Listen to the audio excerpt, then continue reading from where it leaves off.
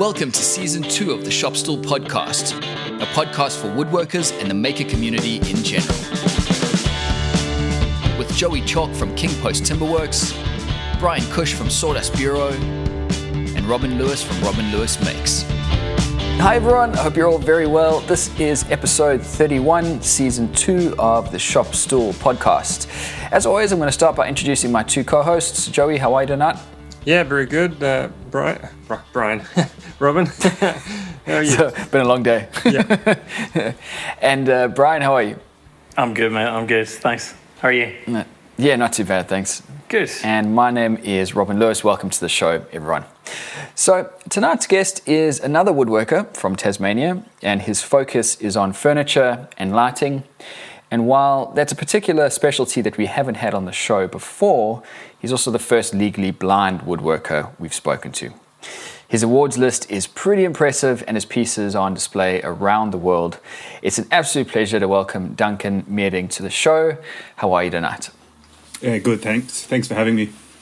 Yeah, no problem. I'm really excited about this show tonight. Just going through your Instagram and website, just some of the pieces that you've got are just amazing. And as I mentioned earlier, a lot of it seems to be focused around lighting. So maybe you could just give everyone listening a bit of a description on what you do and the type of work that you put out. Okay, yeah. So I design and make a range of lights and furniture. I suppose a lot of them focus quite heavily on the effect light has when moving through and around an object. So even the furniture is a bit that way, I suppose you'd say. And like one of the more sort of well-known designs of mine is the crack log light or the stump light, the sort of a log which has been caught out, and then lights coming out of the fissures, out of cracks, sort of embraced what was something that was generally associated with waste with timber work and made it the feature of the design. And it's very much about the light bursting from the side. I like that. Is that the one that you've got on your website? It's a big chunk of walnut. Yeah, that's one of them. Yeah, there's I'm actually in the process of updating the website, so it's good. I'll be able to talk a bit more about things that you may not have seen as well. But there's a new version of it as well, which is like a trunk light, which is like a 2 meter high version, which just did for a big a local commission through the Tasmanian Government Art Site Scheme, and there's they got 4 human-sized ones in a theatre redevelopment, and then like the stump light, which is it's usually in macrocarpa because it's good rot-resistant timber, so it can be used inside or out, and it's a salvaged timber, and the original one was made from walnut, and it was a piece of walnut I couldn't use for much else, and sort of embraced that and made that the feature from it. Nice one. So have you been a woodworker for as long as you can remember, or is it something that you're fairly new to? I suppose a lot of Tasmanians probably do have a dabble in woodwork quite regularly, like from a young age, I suppose. I'd be one of those people. Definitely, I started wood turning quite a young age and making billy carts and racing them around sort of a reserve in the backyard when I was quite young, and just sort of did that as a family sort of bit of family fun, so to speak, and then from that I got quite interested in doing timber work in high school, and then sort of continued with it into what we've called college down here, which is year 11 and 12. We've got quite a unique secondary school situation, and so I've always had quite a bit of interest in it. If you told me when I'd graduated from my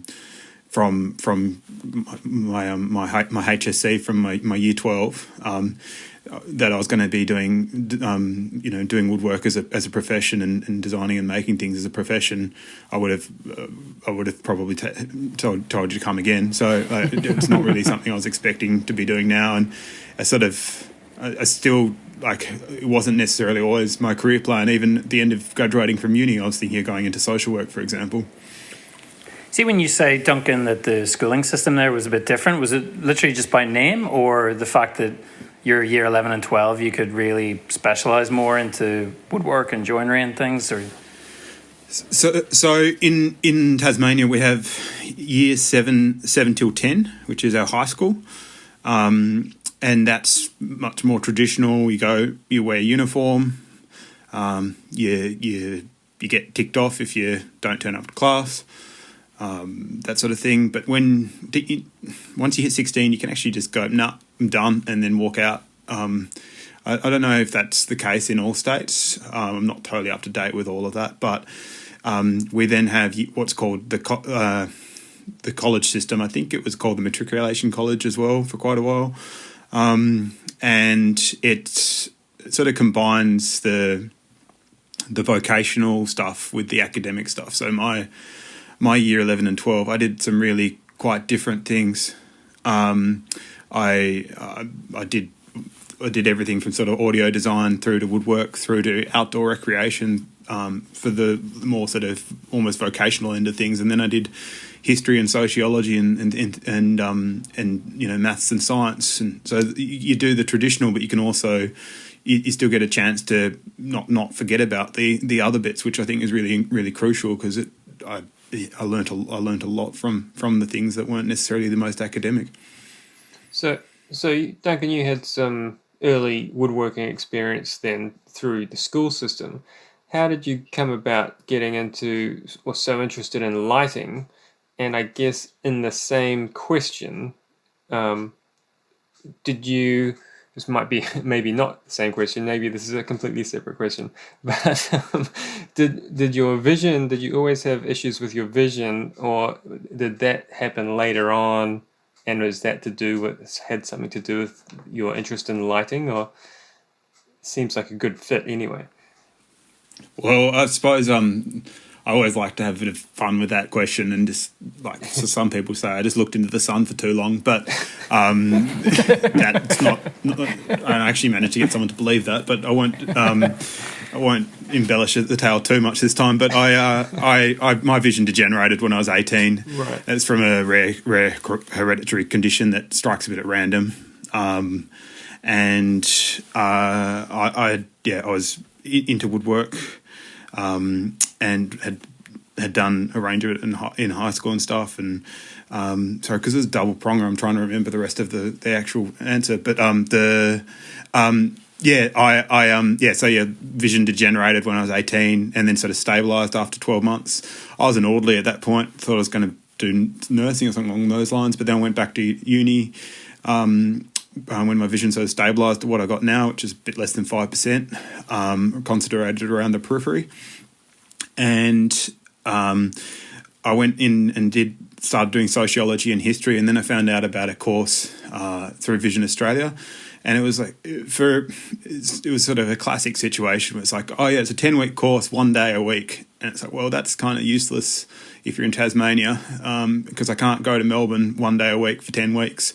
So I called them up and had a bit of a chat, and they were open to the idea of having me come through and do a quick sort of crash course, I suppose. And it gave me sort of the skills to be able to then go to the University of Tasmania and sort of show them the folio of what I'd done at high school, and asked them, well, can I start doing electives in wood skills or furniture design? And I originally got interested from the making perspective, and then I got caught up in the more artistic sort of design end of things, and just kept on going with it. And I ended up majoring in a humanities arts degree.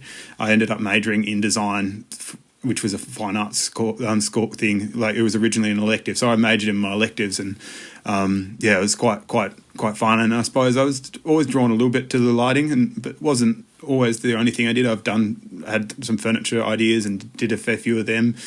But yeah, I suppose the lighting sort of came along further on in the degree, and then afterwards it's sort of what took off for me. In relative terms, it took off for me. And I've just kind of kept on going with it. But I do enjoy making furniture, but it's a pretty it's sort of a juggling act to try and do the two. Yeah. So and this is coming from the perspective of someone, myself, who loves doing lighting projects. I love making, combining woodworking and lighting. But as someone who's not an electrician, I'm really fascinated about, where that sort of crossover is, because I know that technically I'm not supposed to be doing, if I'm working on a lamp, technically I'm not supposed to be wiring it up. Are you trained in that, or do you have someone to do your wire ups for you? Are you an electrician? I just get a bit of aluminium foil and wrap it. No, sorry. I should be careful. I'll get myself in trouble with some of the jokes. But no, I've got people that do the wiring for me that have either got sort of electrical engineering backgrounds or test and tag licenses. So the legislations are different in different states as to who can touch what.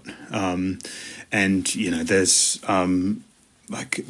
a range of different legislations. It's not just the electrical ones you need to consider with a lot of these things. So for someone who isn't an electrician and wants to approach an electrician, so I've built something, I've built this pendant light and I think it's great and I want to get it certified or signed off or whatever the word is that something that you can just ring up your local Sparky about, or do you need to go through a specific channel to get that done? Well, there are different things. So there's the hanging ones, which means so there's multiple things to consider, and it sort of depends which country you're selling it to as well. So and also in Australia, if you're doing low voltage, you can do pretty much anything. You just go, here we are, go get it wired by, here's an outdoor luminaire or here's an indoor luminaire, it's 12 volt, go and get it wired by an electrician when it's installed. It's quite similar almost with the electrical stuff for hanging lights. They can be that legislation it's very sort of it doesn't have to necessarily be, it just has to comply, it doesn't have to be tested. But then you've got the ones where you're plugging in higher voltages with a switch and things. There's a few more hurdles to jump, so to speak. And then there's questions of if you're showing something at an exhibition, you don't really there's questions of is it a commercial thing or are you just showing a piece of work? So you kind of go, it's $4,000 to test something for one standard. That's a few lights that you need to sell. So you kind of have to work out cost benefit analysis for certain things as well. And every time you exhibit something, you're not going to go and get it tested for the testing for the whatever, I can't remember the full name of the standard. So that's like the lighting standard as opposed to the electrical standard. And then there's the electrical stuff on top of it as well. But it's all quite interesting. For me, when I got stuff wired up, I had it wired by people with electrical engineering backgrounds, but then I also got a Sparky to come and have a look at it and say, what do you think? And it's yep, fine, So it's like a lot of these things. It's to what level do you want? Do you deal with the liabilities, I suppose? So speaking of, you briefly mentioned international there. So one of the lights that stood out to me when I was scrolling through was your propeller light, and I saw your short video on your website, and you kind of mentioned about your propeller light. Is that something that you sell a fair amount of? And or are you making each one of these yourself, or have you got some kind of team in place to sort out batching these sorts of things out? Yeah, so you broke up a bit there, but in terms of, I think I got the general gist. So with a lot of the designs, I've got a range of subcontractors that come in and help out. I think pretty much anyone that runs a small business, especially with this sort of game, if they're doing projects, will have somebody come in at some particular point in time. That's particularly for batch production, it's particularly important. And I suppose I'd love to do more one-off commissions of furniture and stuff where I'm the only one on the tools. But like the thing that's keeping my practice afloat is the batch production, so to speak. And so yeah, I've got a little team, and yeah, the things can be sort of there's a degree of scale to which they can be done. Yeah. So does that answer the question? I didn't quite get it all. Yeah, no, that's fine. I guess the follow up to that was, would you say you're working on like a pre-order type scenario, or will you wait for a bunch of orders, or are you just constantly making a few of everything every month? There's certain products I kind of work out what sells better, and I've got reserve stock of something. So for example, I've got something on the site called the Propeller Blossom, and it's like about an 85 centimeter wide pennant light. It's actually a flat pack light, so it doesn't take up that much room to have it made. But the problem is it costs a bit of materials to make it. But I've got one of them in reserve in the workshop, ready to go out, and I've got one sitting on consignment at a shop, for example. That's probably the biggest item that I'd have just holding stock of. But the others, like the cracked log lamps and the propellers, like the smaller ones, we've got reserve of stock. But then there are other ones we probably make to order a bit more regularly, like things like the lily lamp, which is like a fairly labour-intensive bit of work, and it's really interesting going back to it because it was the one that I was trying to push when I first started, and now I'm kind of going, it's not the end of the world that didn't take off, because it's pretty sadistic with some of the processes, and yeah. It's funny, you're probably one of the first people that we've had on, Duncan, that actually is stocked by galleries and things, and obviously part of that's due to the fact you do lighting, and they're physically smaller things and easier for stores to handle. But one thing I noticed scrolling through your Instagram feed was the packaging that you do for the cracked lamp, and it's really made me reconsider the way I send things out to clients. I'm like, shit, it doesn't look professional. So yeah, just talk us through how important that is to you, like actually getting the whole product to represent your brand all the way down to the packaging. So the packaging has actually come about probably over the last 10 years. It's not something I did. Like the first log lights, for example, I sent out with I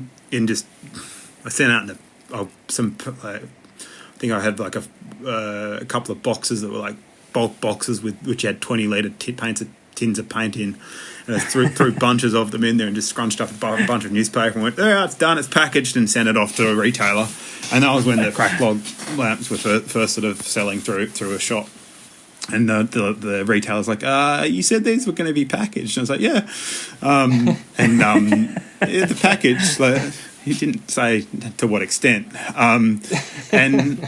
But like from my perspective at that point, I was a bit of an eco warrior, and I suppose I still am in some respects with some of my work. And I was like, well, why should I create more crap that's going to go straight into landfill? And the problem is I was still sending out crap that's going to landfill, but I was effectively potentially going to create more things that were going to go into landfill if I didn't package the lamps properly. And so I don't have a box for everything, but the branding is part of it, but also just protecting some of the stock, because some of the couriers are totally brutal. Like, you'd be surprised how many broken logs I've had sent back by clients that the post or the courier have broken. Like, I've had thousands of dollars of stock broken in one year. Like, it was a bit terrifying. So the box is it's part of it's branding, but part of it's also just trying to deal with the heathens throwing things out of trucks and stuff. But like, everyone's seen the forklift thrown into a crate, like with well, maybe not everyone, but like you can imagine it. I've definitely done things that are a bit bigger, and freighting it is a bit of a pain. And I suppose in Tassie, it's one of those things you kind of have to consider, like, how you're actually going to get it off the island. Because we do have a limited what customer base. Percentage of your work do you reckon leaves the island? At the moment, not as much. It depends on the month you ask me. It's always a hard question. Everyone, and I think a lot of people probably deal with this when they're having interviews. They're like, "Well, how many international orders do you get?" Well, it's like depends which day of the week you ask me. Yeah. But in terms of at the moment, there's definitely been a surge in interstate interest at the moment, but and international interest. So I'd say like 70%, 80% leaves the island, maybe a bit more. Sort of depends. Like I'm kind of being shrouded a little bit by the fact that I'd just done a open studio where I sold a little bit, but also, when you do a bigger commission, you're like, oh, hang on, how do I factor that in? But it's kind of a bit of a harder one to sort of factor in with it. Yeah. I've got a question about your design approaches and whether being visually impaired, like, do you sketch your designs? Do you physically model them? Do you CAD model them? Or do you just go straight to one-to-one prototypes and just work away? Like, is there a part of that that's been affected, or? My design process All is of a the tricky above. one. Yeah, like sometimes I design things while I'm walking on the beach, but I think that's not necessarily design. That's kind of like that's the initial inception of the idea. And I think a lot of people probably get that. They're like, oh, this is the idea I'm going to do, but they're not thinking about, what am I going to do as my next design? They're just doing something else entirely. It's like some people probably do that when they're sanding, when they're bored out of their brain. Like, I've definitely had aha moments when I'm sanding. I suppose I've got the initial idea, and then it sort of depends on the product, I suppose. So the log light stuff is kind of very materials driven with the design, but then there are other things where I've just gotten a coat hanger and a bit of cardboard and a bit of hot melt glue and burnt my fingers. Everyone loves a bit of hot melt glue, and like chuck in the bend the coat hanger, and then just make it look like something out of like kids made. But the idea, it's just being able to convey the idea, and then being able to really communicate that idea, especially if you're getting something prototyped up using a third party. Or you need to get somebody from that stage, like, okay, well, maybe a designer or a maker will be able to understand this, but a client won't. They'll be like, who is this idiot? Like, what are we doing? Like, so having that, and then talking to like someone to get them to help with modelling it with SketchUp or Rhino or something like that. So it's definitely like there's the conveying and being able to resolve the form and stuff, and then there's then now how do I make this presentable, or how do I get it to a medium where I'm able to sort of communicate that with somebody that's doing sort of assistant work with me, and that's been really sort of crucial, is working out, okay, where do you get to that point? And I suppose the most important thing for me is don't go and get something drawn straight away, but play a bit first for me. Like, so for example, the propeller light came about because I was trying to do something else with timber, and I was just playing with timber on the off axis, just because originally it was meant to look like the bend of the wood was from the point to the end of the round of the pedal. And then the idea was that the grain was going just horizontally along that, and then that would increase the bend going a certain way. So this is like really thin plywood, and then eventually sort of played with putting it on the off axis, just gone, let's see if I get that same effect, and it didn't. It did something else, and then that's sort of how the propeller came about. So I was just sort of playing around, and that's how I got to that sort of that form. And admittedly, it took like a couple of years to actually get from that form to something that was actually a working prototype. And I had to walk away from it for a little while as well. But like, I think a lot of people have had that sort of frustration with the design and just want to throw it out the window a few times. But it's definitely like getting the form is only one part of it. The rest of it's then trying to actually make it work. Yeah, so I don't know. That's probably quite a bit of a convoluted way of explaining my process. Yeah. You just said something about getting frustrated, and I'm listening to you explain your design process, and it's like, if I have this aha moment, I'll run to SketchUp and I'll draw what's in my head, and whether I save that file or not, at least I've got some kind of three-dimensional idea of will this shape work. But you then have to try and convey what's in your head to somebody else to draw, to decide if that is that what's happening. Like you have to try and to me that seems like ultimate frustration, to try and describe something to someone else to try and model to see if it's even going to work in reality. Yeah, so yeah, that is frustrating, and I suppose the key thing for me is working it out with some sort of model first, but getting people that can understand that model. And I have drawn some things with like just a big fat texture and sort of looks like a kid's done, but it's been able to explain the something in 3D. Because I did do some training of drawing and stuff at uni, and I did actually, funnily enough, my teacher, who was quite open-minded about my particular situation when I went through, she'd actually worked out some ways for me to try and draw stuff in CAD, and I actually drew the propeller geometry or shape of that original sort of pedal, sort of teardrop sort of shape in AutoCAD, because she'd actually taught me using a lot of the stuff that she'd learnt as a designer maker using DOS-based AutoCAD. So she knew a lot of commands, and it's a different way of drawing. But I was also using it with a big magnifier app on the computer called like Zoom Text, and there's one sort of built into a lot of windows and stuff. And I got that just from doing point-to-point sort of drawing it using like arcs and what have you. But by the end of it, I just sort of felt like it was just not that fun. Like in terms of, I just got quite severe visual fatigue. So from that experience, I'm like, well, I managed to get the geometry right, but it's like, is it really worth it for like the effort to result ratio? And I suppose what I've done is I've just gotten to a point where I'm drawing things and then getting someone and then asking them to do it, or like I'm drawing things with a big fat texture, or I'm doing something with the model making and then going, no, I want something else changed. And I suppose it's probably just as in some respects frustrating for the person doing the drafting, but doing it live with them is really important, because otherwise, words can be quite problematic when you're doing it over email or something like that.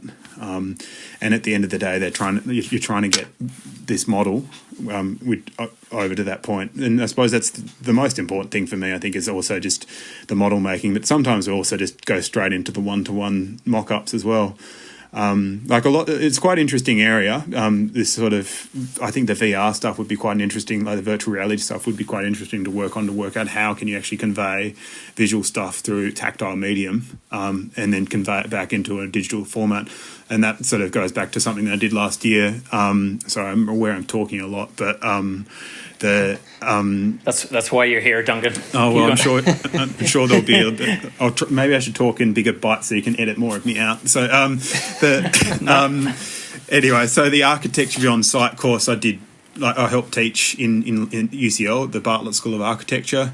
That was like a world first pilot, and the idea of that was to give like a bridging course, because there's nothing like this around for me in terms of design or designer making, and the idea was that I was engaged to help teach some of the making part of the Be Made workshops as a vision impaired or partially blind practitioner, and the idea is to just really sort of push the cusp and push that, because the representation of people with disabilities or disabled people in the field of architecture isn't high. Architecture is quite it can be a bit homogenous in terms of its composition, and the dean of the architecture school really acknowledged that and started this sort of project to have a bridging course teaching blind and vision impaired people architecture and design skills, so that they're better equipped to go into that area. Were they looking at things like 3D scanners or anything like that, like in terms of model making for architecture, like to be able to physically make a form then scan it, and like in terms of teaching visually impaired students? So yeah, I think that was something that was discussed definitely, and it's something that's would have been used a bit by like one of the it was a collaboration between Disordinary Architecture Project and UCL, and that Disordinary Architecture do a lot of bringing in disabled artists into this field. And there was definitely discussion about 3D printing and what have you, but they were really trying to be really conscious about it's also the immediate thing was, okay, let's get robots to make it and the vision impaired person can try and get it communicated. And the key frustration I have as a maker is trying to get something done in drawing is that's when I get most frustrated. But if I'm on the tools and making something and being able to convey something through making, I'm least frustrated. So having skills to be able to use a table saw was really important to me. But like there was a degree of risk aversion through that process, and that's part of the reason why I think the Dean and the Disordinary Architecture Project were really keen to sort of get people pushed in that direction of craft or making, and to be able to get those sorts of skills going, but also break down sort of mental barriers from everyone. With that in mind, you were just talking about being on a table saw. I saw that video on your website where you're using the tools. Are you on the tools quite often now? I prefer to be on the tools more often. But running the business, as you guys would know, you've got to do quotes and all the other stuff, which it's not the funnest part of it. I still do use the tools. Like I've got a workshop full of joinery machines and stuff, and actually just finished a project getting my thickness planer to torque and my table saw to torque, which is quite a game changer for me, because what I used to do is I just chuck stuff through the thickness planer and then put the calipers on it and then just manually wind it up, and because you know in the rough area how much half a wind is, for example, on a lot of the old machines. But being able to just have this talking interaction, like it's a real crazy system where it's just it's a bunch of stuff that's sort of talking to each other that never existed, isn't something that exists as an off the shelf item. And like thickness planer is a big one, table saw is another one, because otherwise before, back in the day, because the way I'd do things, I'd have to like turn off the table saw, isolate the blade, make sure the blade's not spinning with an offcut, isolate it, and then go up and measure it with a talking tape measure, or set it up with tactile measuring blocks, and feeling the blade or what have you, or and having like that's great, especially for accurate work, because tactile blocks is, I reckon everyone on this podcast probably uses tactile stuff quite regularly, like for kissing the blade or what have you. But if you're trying to cut up a bunch of panels or cut up a bunch of other stuff for just basic things like you're making a crate, turning off the thing every time to change the actual thing is a pain in the butt. So being able to have effectively what everyone else has through digital readouts in an audible way is amazing. So essentially, if you've got like an older style table saw which has been retrofitted with some sensors to tell you where the fence is from the blade, is that what's happening? Yeah, correct. Effectively, yeah. Yep. It's like an old SEM table saw that I bought. Yeah. And it's got a fence that it's like a linear track, like an optical scale type of thing, and then that goes out to the digital readout. It's like one of those pro scale boxes things, and then that's got a data output that converts the proprietary signal to a USB signal that then goes into a Raspberry Pi, and then that's got like a little program in the Raspberry Pi that says, if you hear this, if you get sent this, read this sort of scenario. Yeah. And it just means I can adjust things while the blade's still going, which is it's a bit of a game changer for me in terms of speed. That is awesome. Jeez, I wouldn't mind that in my workshop. Every time you read 117 and it should have been 127, you're like, no. That's amazing. Oh, it's not the best. It's not the best voice though. Can you not hire somebody to do a cool voiceover now? Well, yeah, I think like Darth Vader with a bit of breathing in between or something would be good fun. Yeah. Very, very cool. I guess that's the reason that's never been commercial is just because it's a very small group that it would market to, and that group, I would have imagined, would have been very nervous around the tools. I mean, I don't own a table saw, but I imagine when I get one, I'm going to be very scared to use this tool. have you had any near misses that you think could have been related to your sight? Yeah, I've also had near misses due to me being an idiot. So, and everyone's got that. Like I broke a bone in one of my hands because I was sanding a log on end grain on a big 3-phase belt sander.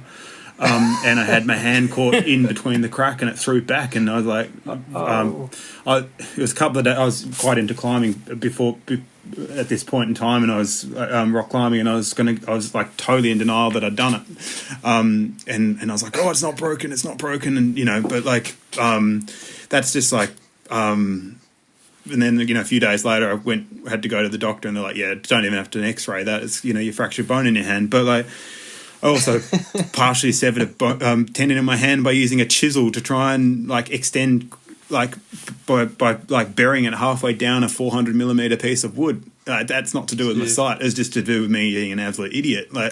Everyone's most people when they've done an injury, it's usually because they've gone, oh, whoops, I shouldn't have done that. But at the same token, I think if you operate all those machines and just expect it to bite you, that's the most important way to sort of approach them.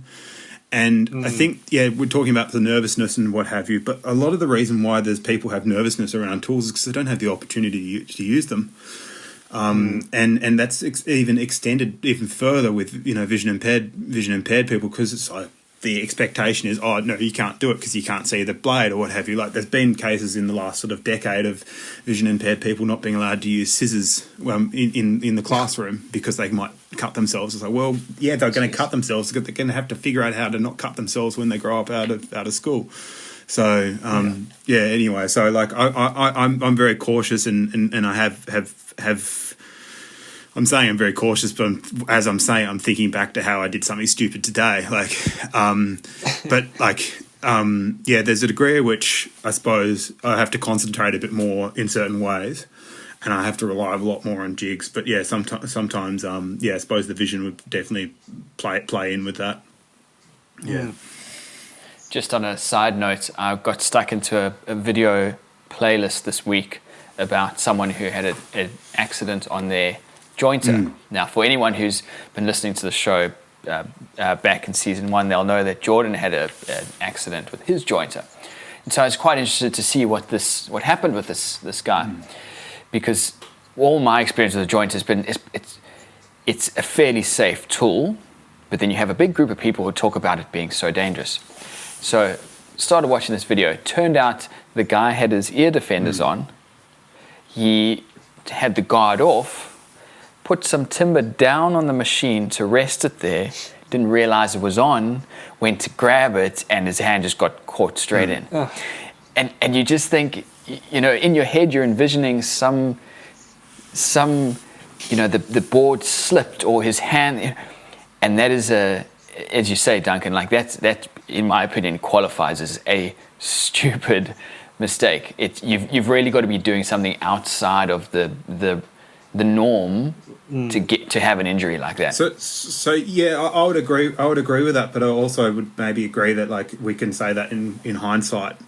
Like for me, like I can say it's easy to like those things I did were that like really properly stupid. But like the jointer, like I've heard of someone else where they dropped a bit of wood and they went to try and catch it and they took the tips of took their pads off, their fingers off.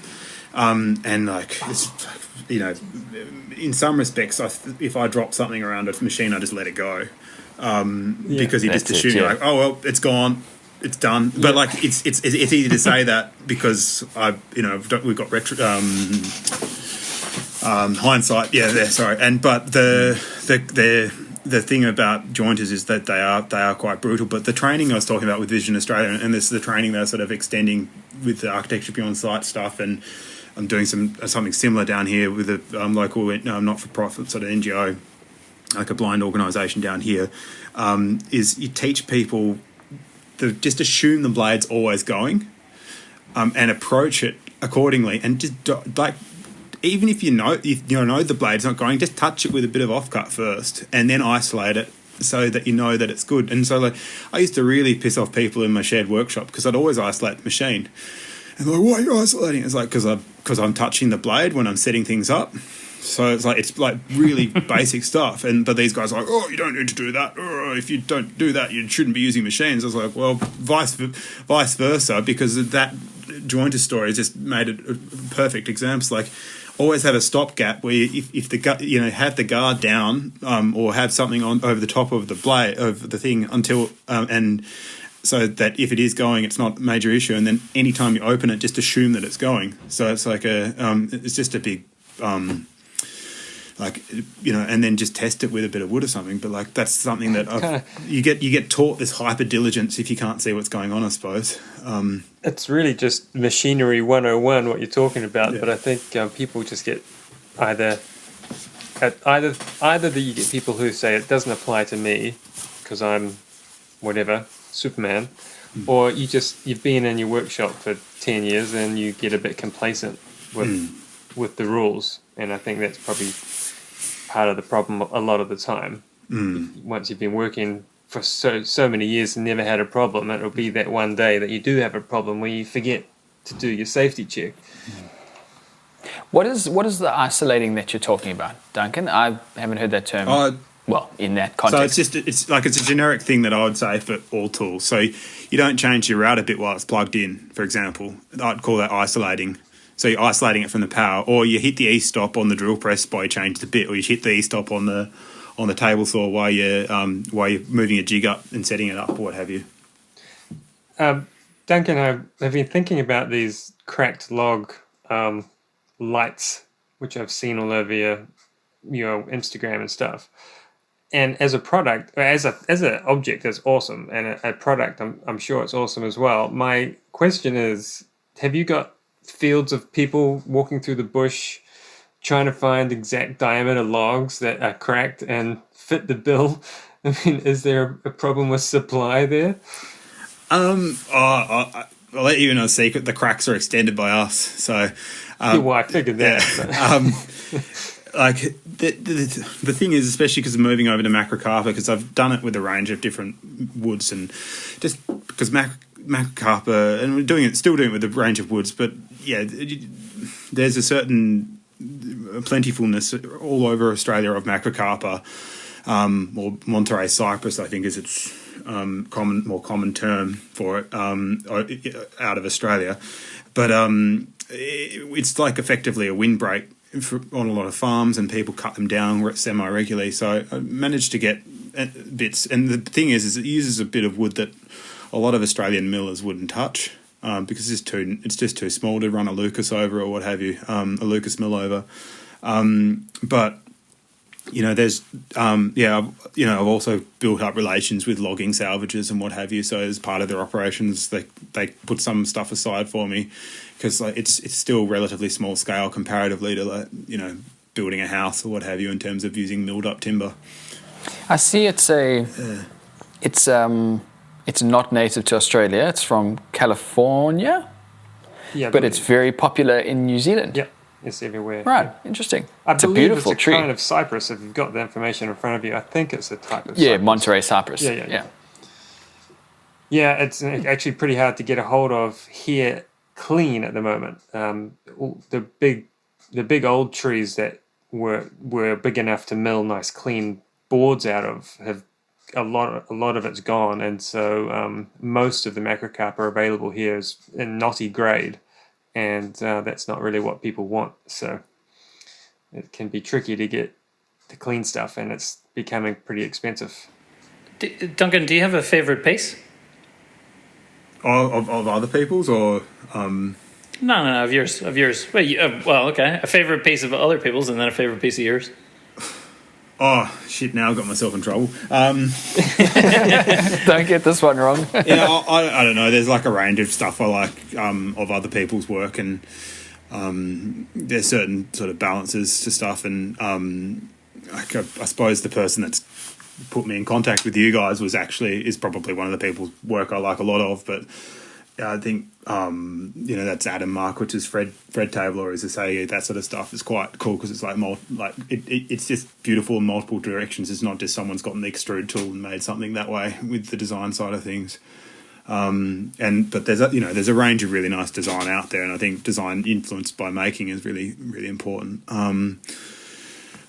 I don't know what my favourite work is. Like, in some respects, I like the logs kind of get to this point where you're like, oh yeah, they look nice, and each one looks really cool because they go through hand making processes. But you kind of go, oh, I don't want to see another log. But like, I think for me, like the propeller is something I really enjoyed.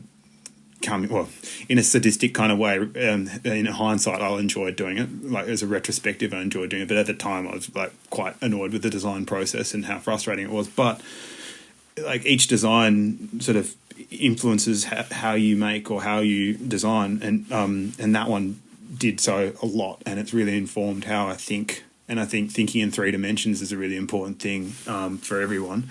And especially for me, and I suppose like when you're designing, having something that's really pushed your 3-dimensional thinking is really important, and that propeller pennant really was, because it's all about sort of 3-dimensional forms, and I suppose the thing I learnt the most from, and I suppose I still, like, I look at it and I don't want to,